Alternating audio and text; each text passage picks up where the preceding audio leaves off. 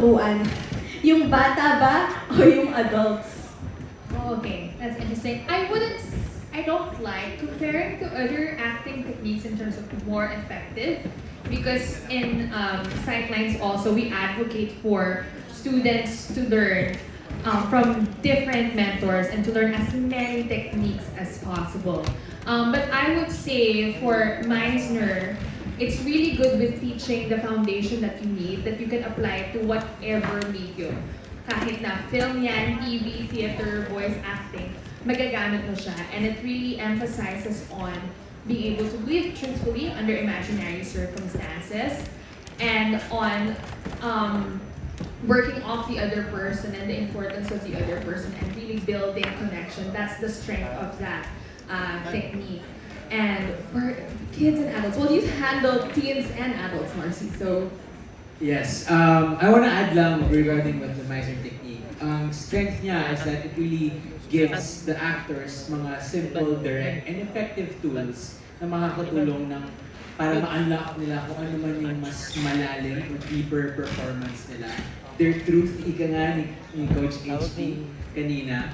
Whereas with that question naman of whether sino mas madali, to teach the teens or the adults, I think ang dala ng teens when they're doing the workshop is that meron silang enthusiasm and then kakaiba lang yung imagination nila and we love exploring those with them kasi sila mismo yung nagbibigay nun, tas we're just working with them. With the adults naman, what I love is how open they are and kung ano man yung mga experience na nagagamit naman nila na they're able to relate with certain characters or certain scenes. Yun yung strength naman ng mga adults. So, may iba talaga working with both, but there's, yun na lang, siguro sabi ko. Yeah, like definitely strength on teens and also kids. Like Talia actually, I handled for a bit. Their imagination is so strong. Like that's really their biggest strength. It's so easy for them to be affected. Whereas kasi as adults, because we're adults na may pagka-jaded. So it's a harder barrier to kind of overcome yung overthinking and yung mga filters na we've already developed over the years. May walls up na. Yes. Oo. Okay, pero kahit alin, para kayong parents na, ang hirap mamili ng favorites. Yes, may kanya-kanya strengths and weaknesses. But thank you for that answer. And now let's have Miss Janice Navida of Bulgar with us today. Hi, Miss Janice. Hello po, good evening. Actually, my question is supposed to be addressed to Direk Lore, kaya biglang nawala si Direk Lore. Pero maybe Sir Raymond can answer this. No? Kasi, Sir Raymond, yung mga aspiring stars, they think na dahil si Sir Lore ng head ng Star Magic, siya lang yung kailangan i-please para maging artista sila. Pero with this, mga teachers pala, ang dami palang kailangan pagdaanan ng mga applicants na mga mag-audition bago sila pumasa na maging artista. Pero my question is, since Star Magic is sanay na po sa pag-develop ng mga stars, and as time passes by po kasi, nag-evolve yung interest ng audience kung ano yung mga hinahanap nila sa mga hinahanap artista. So, what style do you do to keep your talents relevant and impactful to the audience? What style? What style do you do? Paano niyo po sila ginugo para maging relevant pa rin sila sa present generation? Actually, that's I think, the advantage. Thank you very much, ma'am, for the question. I think that's the advantage of having subject matter experts, into the school. Kasi parang there are different POVs, point of views, na i-instill sa mga estudyante natin, sa ating mga star dreamers. That's to keep them relevant para hindi lang kasi di ba sometimes ako, my personal view, here in ABS-CBN, di ba parang we're in a box, parang we've been, ako personally, I've been here for the past 28 years. So, minsan parang nandito lang yung environment ko. That's the reason why we got Meisner. That's the reason why sina Coach Mickey is getting coaches from outside. it's for us to be able to instill rin the relevance, no, outside of ABS-CBN. Yung mas ano sila sa mundo sa labas, para mas bukas sila sa mundo sa labas. And right now po kasi, di ba, ang social media is a big factor din sa Yes, ma'am. Oo. sa ano natin. So, can you say po na depende rin po ba sa mood or sa kung ano po ang demand ng social media? Doon din po ba nakabase yung mga artistang kinukuha nyo o yung dinidevelop nyo? Paano ba? Well, aminin na natin, ano, there are a lot of mga influencers now na nagiging ano talaga sila, no? Nagiging sikat sila sa online. Like si Esnir, no? One example is Esnir, diba? He's now inside the PBB house. Pero he really started with in TikTok. No? Pero yung ano natin, what we want to teach siguro Esnir, no? And other influencers in our stable, parang well, to make them well-rounded, ano, parang if they want to have voice lessons, they can have voice lessons. If they want to have acting lessons, they can also have acting lessons. It's offered for them for free, no, as part of Direk Lawrence vision nga in Star Magic to create well-rounded individuals. And lastly na lang po, sir, kasi kilala ang Star Magic na sa pag-develop ng magagaling na mga artista na ang dami na papakinabangan din sa industry. So, sa tingin niyo po ba may mga susunod pa sa mga yapak ng mga sikat na po ngayon na like Yola Pascual, Bea Alonso, John Lloyd Cruz, so far po sa mga nahahawakan niyo po ng mga artista ngayon? Actually, ako, no, parang, again, sorry for if I'm talking about myself, no, pero when I joined Pinoy Big Brother in 2014, I also became the head of Star Hunt. So we went around the Philippines, around the world, no, looking for the next, di ba, the next big stars of ABS-CBN. Who would have known, di ba, parang Joshua Garcia, di ba, parang started with PBB. He auditioned in Marikina. Nakita ni Direk Loren, ako nga, to be honest, sabi ko nung nakita ko muna si Joshua, sabi ko talaga, anong nakita ni Direk Loren kay Joshua? Pero, well, look at where Joshua is right now, no? So, Fronyo, di ba, parang, anong tawag dito, who would have known he would win? Di ba, The Voice US, di ba, season 26. So, in the stable now of sorry if I call it stable, pero in the pool of Star Magic, yes, I would definitely tell you that there are a lot of talent na just waiting for the right moment to shine. So nandito naman po talaga kami, parang as we've mentioned, it's really a group effort, no? It can't be just it involves the parents, syempre the passion of the artista, di ba? Parang kung gaano nila kagusto, di ba? Sometimes attitude is really key sa pagiging artista. But, sorry if I'm going around in circles, pero yes, there are a lot that we will be presenting in the coming weeks, in the coming months. That my fellow managers are here. I'm sure you'd be surprised that we have a lot of surprises in store for everyone. Pero parang final say pa rin na kay Direk Loren kasi kung kay God feel na lang, ay, ito si Sika. We recommend, no, pag nakita namin, tapos it goes through a process pa rin parang Direk Loren, syempre our higher ups. We also, tulad nga po nung sinabi niyo, we also listen to social media, di ba? Kung ano yung clamor. So it's really a joint, di ba? A joint feel, a gut feel, and putting in science into it also. Maraming salamat po. Thank you for your questions. Thank you, Ms. Janice Navida of Bulgar. Okay, now our next question is from Charmy Joy Pagkulong of Philippine Star for Teacher HB. So, kanina nga nabanggit na ni Sir Rain, Joshua Garcia. Can you name some of the Star Magic graduates that you are most proud of or most memorable for you? Okay, ako, baka ma-accuse ako nito na my favoritism.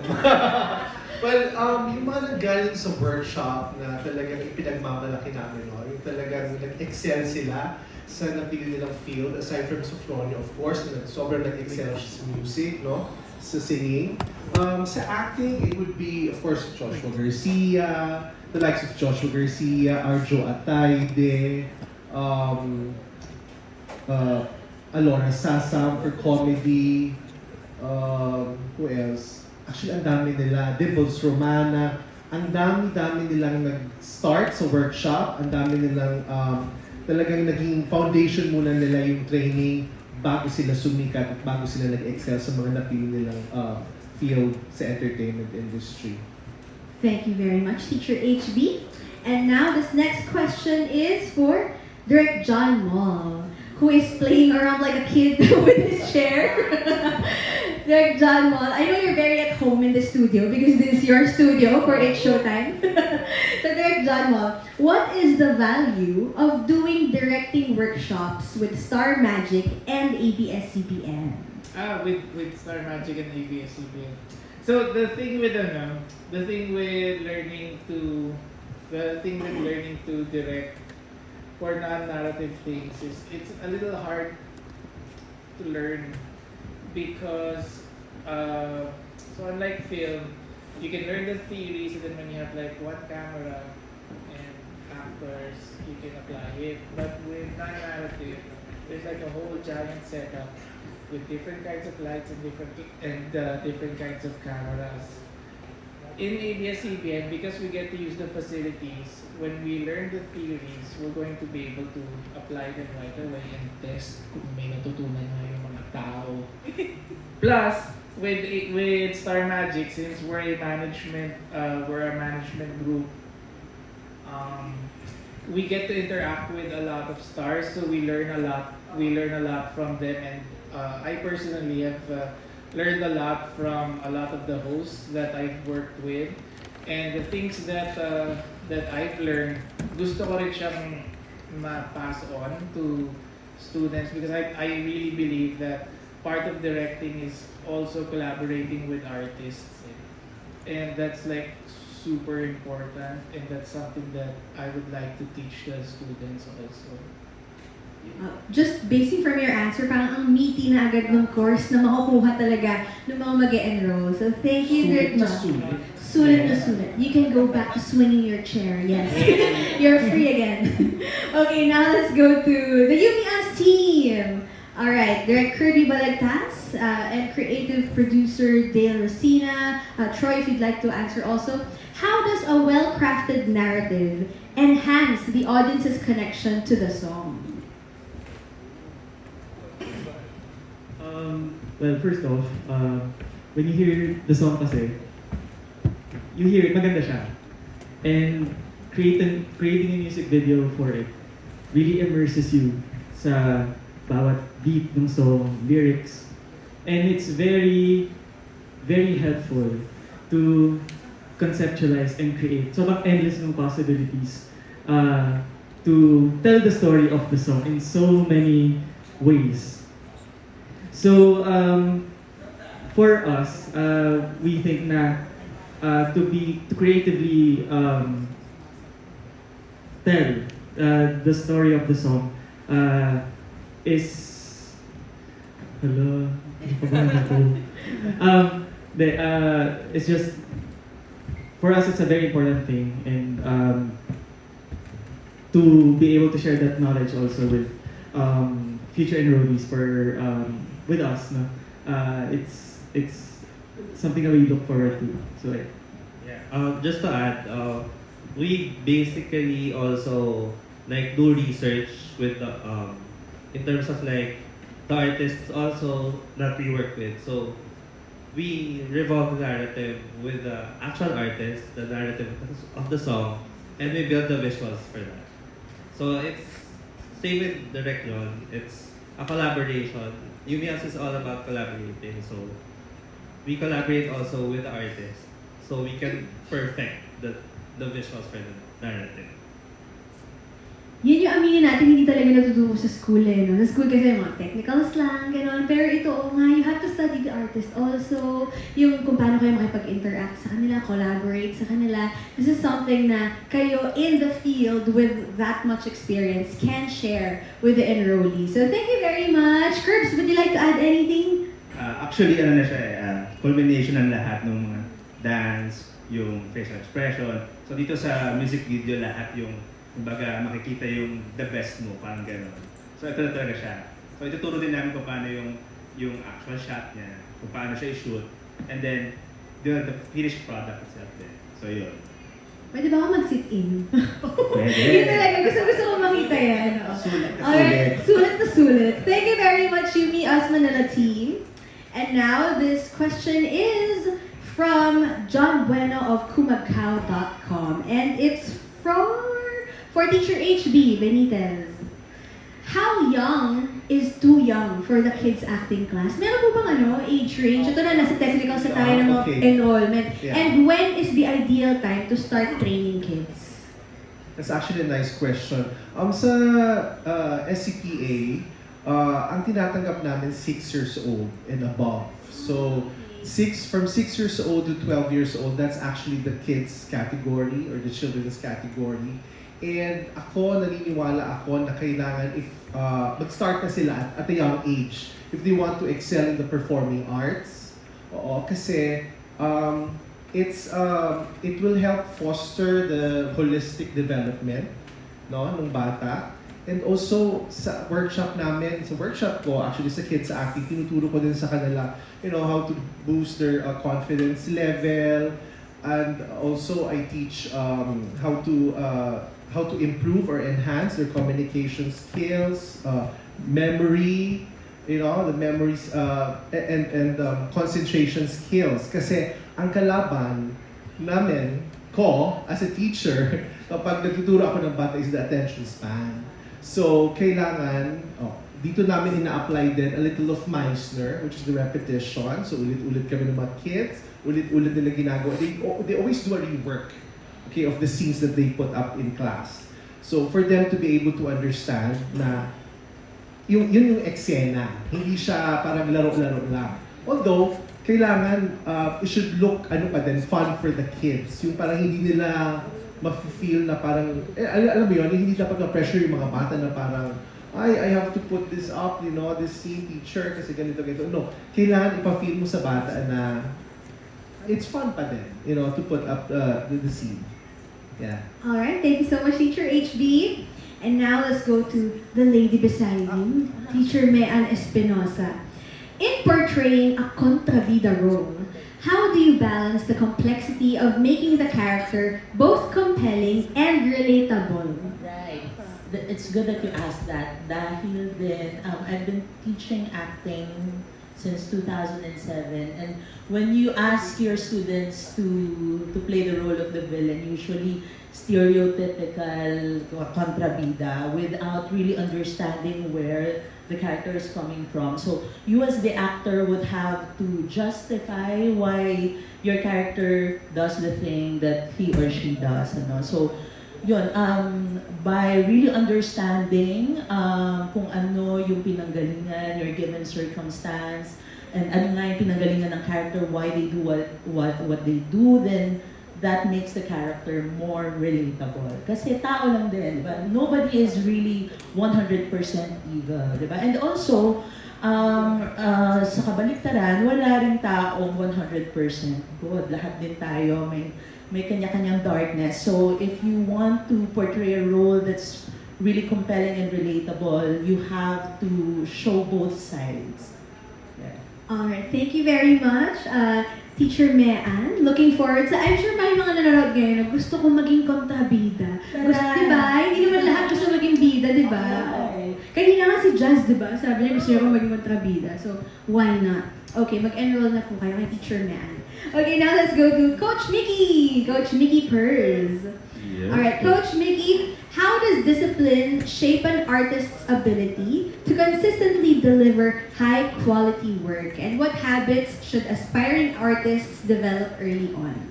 I think very, very important is what you have to understand is fun is actually the key word.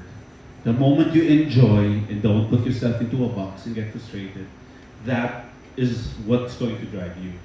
Now, actually, I can answer one of what Miss Janice was asking before about social media, right? In social media, a lot of people have talent. So the talent is good, you get a lot of viewership, you get everything. But talent will always bring you to a certain level. Now, how do you nurture that? That's when you put skill into it. So the way you will nurture your talent is get the right equipment and get the things that you need to be not just talented, but actually nurture your talent with all the skills. So you're talented in skills and you can always move on with what is current right now. Because some people will say, okay, I have the numbers and I have the talent, but what will you do with the talent? Sayang lang siya. So I think that's what you have to understand. If you go into whatever you're doing, especially in sing and dance or in performing, the discipline is so important to understand that you are never there. You have to understand if you want to evolve. You have to understand you have to work on yourself and have the discipline and understand you have to humble yourself enough. Now, you have to work hard for what you get, or what you want to get. It's as simple as like my wife's always telling about excellence, no? And once she said, excellence is not a choice, it is acquired every day. Meaning to say, every day you have to have the discipline that maybe today you did so good, but tomorrow not anymore. But what you have to do is basically understand you always have to try your best. And if you always try, you will reach it. Kaysa you will say, I didn't do my best, and you will regret it. So discipline is very, very important, not just in any art form, but in general how you go through life. And that's what we are trying to give you here in Star Magic. The right discipline and the skill with acting, understanding what tool you will use, with singing the tool that you get, even with directing, like what Derek Janwell does is doing the beautiful shots of all the performers. The music video, they will show you in a different side to appreciate the music even more. In singing, what we will do also with Pop Shop is, for example, we teach them how to record, going into the booth and record. And in dancing, like I was mentioning earlier with discipline, some of the coaches that we have, they started as my students. Yes, and now they're actually the coaches of the artists now. Wow. And they don't stop. Like they go abroad and learn. They teach other students. They become, in Singapore, they became champion in Southeast Asia. In Vietnam, they became champions. And that's all students here in the Philippines because they're nurturing it with the skill. And that's what we are also sharing here. So it doesn't stop, doesn't matter where you are. It's important to have the right discipline and understand you have to invest into your skill if you want to fulfill your dream and go where you want. Thank you very much, Coach Mickey Purse right there. Nakakatuwa, hindi lang pala yung mga artista yung naging product ng Star Magic Workshops. So kahit yung mga mismong coach students din before. Thank you very much for that insight. And now let's go to singing naman for Coach Julie, Teacher Julie. What are the most important skills a singer should develop to effectively convey emotion and to connect with their audience? Okay, thank you for that question. So, importance ng skill, no? I think na-mention na lahat earlier, pero in singing, it's actually the repetition also, no? Yung vocal exercises, the technique that we equip our students. Kasi it's very important that they know their skill para mas maintindihan nila how they will deliver their songs, so their materials. We focus on the breathing techniques, vocal exercises to strengthen their core for support, and also to extend the range. So the skill itself, nahuhon pa yan with more training. Again, for singing kasi it has to be, later on, become muscle memory. Muscle memory. And then up to a certain point, when it's already there, doon na natin ilalagay yung creative juices, yung interpretation, so how they will deliver their lines, their music, up to a certain point na sana, what I tell my students is, dapat sincere, no? Sincere kayo sa ginagawa nyo. Because every time you have an objective, okay, and then you want to deliver a certain song that was assigned to you, kung walang sincerity, magkakamali at magkakamali eh, kahit na meron pa rin muscle memory involved, no? So again, it has to work together. So yun ang maganda po sa SCPA na all the teachers here, we train our, I guess, no, I can say na sa mga narinig ko sa mga earlier teachers who shared their experiences with our students, no, very important yung nandun yung i-equip natin sila with the tools, the techniques, and at the same time, let our students, no, spread their wings para they can also test the waters kung paano nila i-deliver yung art form. So, thank you very much. Thank you, Teacher Julie. Kahit sa singing, may truth din na kailangan, no? Tama. Kasi yung lyrics nga na i-convey mo dapat truthful. And Miss Anna Graham, yes? So can you share with us some techniques that you use to build stamina and endurance to maintain vocal control and physical precision through a performance? Kasi nga, as the coach of Beanie, kailangan nga endurance nga naman. So ano po yung mga techniques daw? Yes, so actually I would work hand in hand with, of course, the dance coaches as well. Pero during, of course, vocalization, I would have them jog around. I would have them actually also do the choreography that they have to do while singing. Kasi sabi ko, sometimes even if we polish a song na nakaupo sila, once na they're dancing, actually nakakatawa minsan mas maganda pa habang sumasayaw sila. And I think because naturally they have to engage their core, they have to support they remember their breathing more when they are dancing. So usually after the voice class and then dance class, then we merge, and then I sometimes sit in the dance classes to see how they sing when they're polishing their dance movements. Because sometimes sabi ko, you have to mark and you have to plan, where you're gonna breathe. Kasi sometimes nga nakakalimutan na huminga, tapos napuputol tuloy yung phrase, ganyan. So we do a lot of that, a lot of vocalizations that really work on their stamina, and a lot of doing the dance and voice classes together. Very specific down to the last detail. So breathing din, no? Thank you very much, Coach Anna. And now let's go to Coach Jerwin. Hi, bakit? May excited din kay Coach Jerwin. Hi, Coach Jerwin. Sige po, please stand up. There you go. Okay, so what do you recommend for overcoming performance anxiety? Any tips? Meron ba mga kinakabahan? Parang ngayon po, kinakabahan po ako. Importante lang po yung sabi nga po ni Coach Julie kanina na dapat kaya mo din makarelate, no? So kahit bata yan, mapaintindi mo sa kanya na hindi porket pag broken hearted yung song ay syempre hindi naman sila makakarelate, no? Dapat ipaintindi natin sa kanila kung paano laharin yung story, no? Kumbaga, ang performing arts kasi very honest, no? Dapat maririnig yan, makikita yan sa mata mo kung totoo yung, kung may feelings, may emotions ka na binibigay sa tao. So, para ma-encourage sila, kinakabahan rin ako. Importante rin na paano din alagaan yung boses, no? Importante din po yung mga techniques, mga bad habits na kailangan iwasan. And ituro din sa kanila yung kung paano po yung mga experience po namin, for example, sa pagkanta, since ako din po, singer din ako, and marami din akong natutunan sa mga dance coach, importante rin na i-boost natin yung self-confidence po. Thank you po. Thank you very much, Coach Jerwin. Importante talaga yung may confidence ka bago ka masampa sa stage. Pero share ko lang, kahit yung mga professional na musicians, I know, sinare natin ni Chito Miranda of Parokya ni Edgar, up to now, before he goes on stage, sometimes nasusuka pa siya, sa sobrang kaba.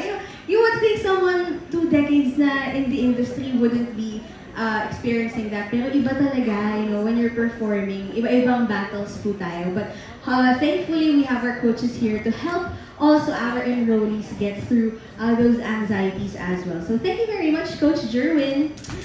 Okay, now let's go to our next question.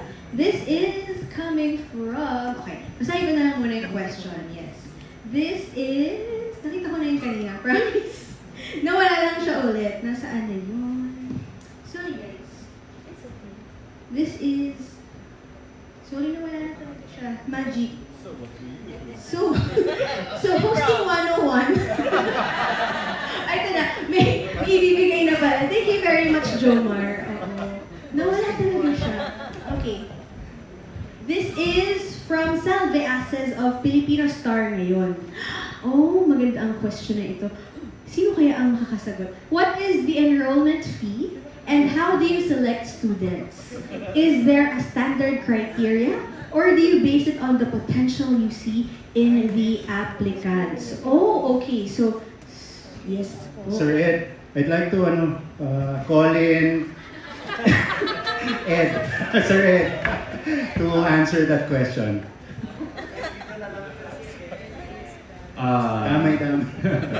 Yung, regarding enrollment fees, you can check out the link to the enrollment process. Nandun lahat ng fees natin. So, sabi nga ni Direk John, sulit na sulit ang mga enrollment fees natin kasi sila ang mga magiging teachers ninyo. So, you can check out the link and you'll see the fees there. And then, what's the other question after the fees? Yung meron daw po bang standard criteria? Yes. How do you select the students? Oo. Well, for the students, if you're enrolling sa mga basic classes, so everybody's welcome. No? So we don't discriminate, we don't choose people. If dream ninyo na maging artista, dream ninyo maging singer, hindi naman kami mamimili. We will nurture your dream. We will help you fulfill your dream. So everybody is welcome. Pero if you're enrolling na sa mga medyo mas advanced class, so medyo ano na yan, meron na tayong interviews. We also have yung mga nag-undergo na ng basic sa amin. So kung pumasa kayo sa basic, qualified na kayo sa advanced levels. So we want also to give those people na may advanced learning na more additional experience, additional knowledge doon sa enroll nila from our experts. So yun, everybody's welcome from basic to advanced. Let's all we will allow us to help you fulfill your dreams. Yun. Thank you very much, Sir Ed Capulong, for DJ that Ann, surprise. can I just cut lang? Yes, sir. I'd like to acknowledge lang the presence of my co-BUH, Riley Santiago. Hi, Sir Riley! Sir Riley, if you want to sit down here, Tapos the May chair management, daw po. the management team of Beanie and DGYO are here. Miss NQ, Jovi, and Ron are here. So if you have questions for them, baka interested kayo in how they train Beanie and DGYO. They're also open for questions. Nandamay pa si Sir Ray. Okay. Yes. Ay, meron pa tayong isang question. The one and only Mr. June Lalin is here. Hi, Sir June. Last na to? Yes po. Actually, Pang-finale. alam mo, hindi diniretso ni Salve Asich yung tanong niya. Ang tanong niya talaga kung nagbibigay daw ba ng scholarship. Kasi balak mo yung sana ipasok yung anak niya. Nagkaka-plastic siya, tanong siya kanya rin magkano. Gusto niya tanongin kung may scholarship, no? May ano ba connections, gano'n? May scholarship ba, Tess? Alam mo ba? Mag-usap daw kayo. Pero eto... Actually, we're looking into that. For deserving students, we're looking into scholarship. Plano niya ipasok yung anak niya. Kasi siya ako nagbigay siya ng question, ba? Kung magkano, kanina scholarship ang tinatanong. Plastic. Pero eto hindi, parang sumaya. Kasi medyo malungkot sila. Naantok sila. Anyways, eto, explain naman natin. Saan napunta si Direk Lauren Jogi? Baka sabihin, nag-walk out ka. Oo nga, tanong ko nga rin. Siya dapat ang tatanungin ko, no? Wala. Parang, sige, Ms. Tess, you want to answer that? Bakit saan napunta? Yes. Ako na po ang magsasabi. Actually, tanong ko rin po yan. But as we all know, Direk Lauren Jogi is also the head of TV production in ABS-CBN, head of Star Magic. Ang dami niya po talaga actually meetings na iniwan for this, so kailangan niya na po bumalik. Pero eto, ang tanong ko, seryoso na to, no? gusto ko tanongin si DJ Ai, pero mamaya, tanong ko muna, saan po yung campus neto? Saan po kayo dito sa ABS-CBN? Kasi dati dyan sa Star Magic, dyan, di ba? Mawawala na yung part na yan. Dyan pa rin po, pero we're staying there until August of next year. Kasi August of next year will be the end of contract na natin sa part ng ABS po na yan. Tapos we're planning to transfer into the ELJ. Since ELJ building. ang bongga na, hindi na acting workshop o Star Magic workshop na, di ba? May balak kayo to build, kumaga put up a campus o lalong palaki, maging malaki po yung school for the creative and performing arts po? Oh, that's the bigger dream po, sir. Na pwede naman eh. Siyempre, parang I was surprised, no, parang when we announced nga that we're rebranding the workshops into School for the Creative and Performing Arts, ang dami nang tumatawag na they want to be part of the school, no? Parang, hindi ko muna ipe-preempt, pero we will be announcing more teachers who will be joining us in the school. So that's the bigger dream po talaga, is to create a school and hopefully a campus in the future. Siyempre, iba rin talaga Star Magic and ABS-CBN. Ako nitong dalawang katabi ko, balak din po nila mag-enroll. Di ba? Why not? Yan. Thank you po. Maraming salamat po for making this fun. Thank you, DJ Ai. Thank you. Hindi ko na gusto malaman ni Sabi, saan mo binili ang boots mo? Ay, yung aking boots. Thank you. Send ko po yung link sa inyo mamaya, Miss Salve. Alright, thank you very much for joining us. To everyone watching, that wraps up our media conference for tonight. Once again, thank you very